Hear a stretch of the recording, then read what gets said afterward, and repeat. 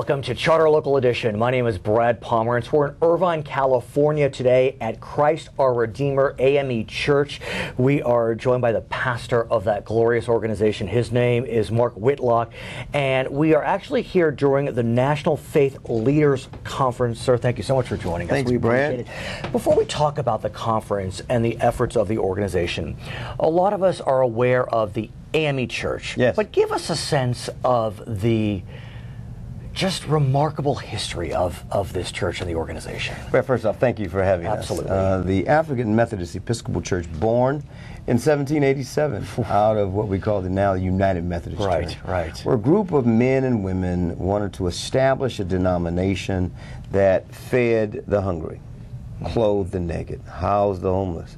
And from there we went on to start 7 colleges. We have some 200 elementary schools. We were those who helped those who wanted to seek freedom.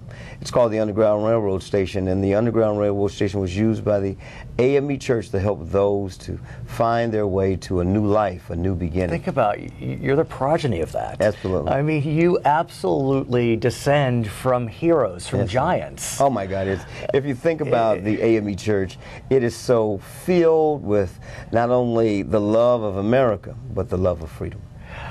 I'm honored to be here, and I want to get a sense about the future of the church today, because obviously the issues that face the church in the last century and the prior few centuries are very different. Yeah. I know that this church, for example, has a community development corporation. Absolutely. What is the focus of the CDC? The CDC, which is a part of our church, a separate nonprofit 501c3, is in the business of community development. What does that mean? Creating housing, creating jobs for those who are looking for a better life.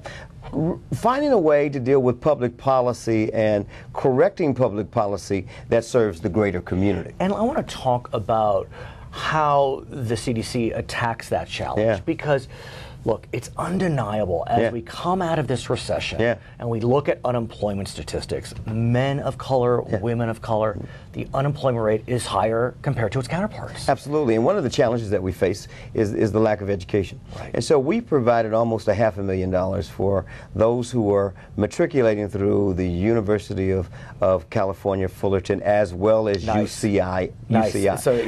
So, and Chapman. Right. And then we move from there into entrepreneurial training as well as seeding small businesses. One of the things that we're celebrating today is that we're going to invest almost $1 million into students who are seniors and freshmen, juniors, seniors in college. And so we're excited about that as well. And let's talk about how historically and sadly that had been a challenge. It has been. There had been redlining where if folks of color wanted to get a loan, be it for a home, be it for a business, the doors were not open. Brown versus the Board of Education made a major significant change in our community. And then the Community Redevelopment Act of 1964-65 really helped change our country in dealing with redlining.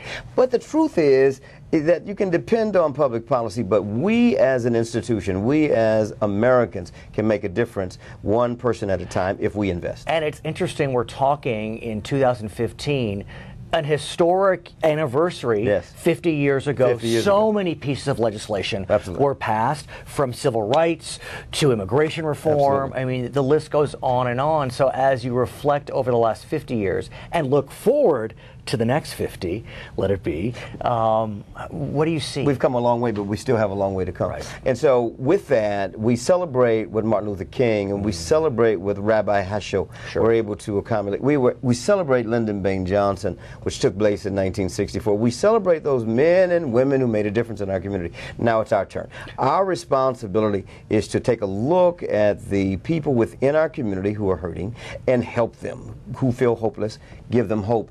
And then not only restore justice, but create a new platform for equality. And you mentioned leaders of different faiths. 1965, I believe, was the year of Vatican II, where the Catholic Church opened its doors to folks of the Jewish faith and other faiths. And so I want to get a sense from you, how faith relations are amongst different communities of faith.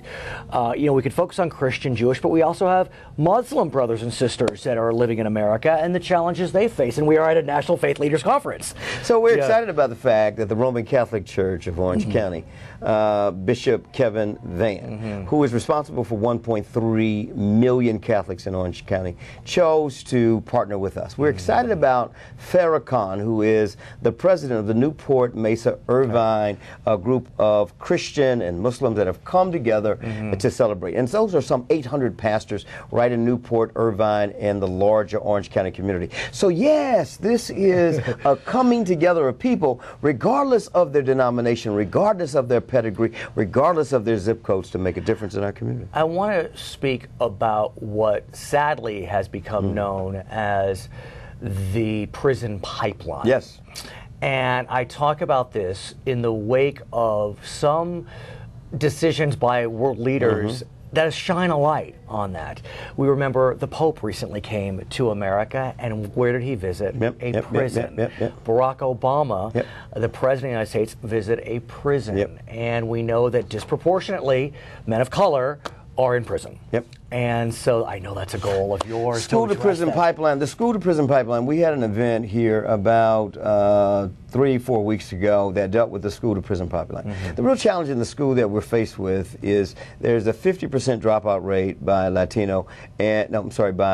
African American and Latino men. And there's a real challenge there. And sometimes we're teaching to the test, sometimes we're just simply letting people move through the system without really seeing the challenges. Well, clearly, we cannot arrest our way to a solution.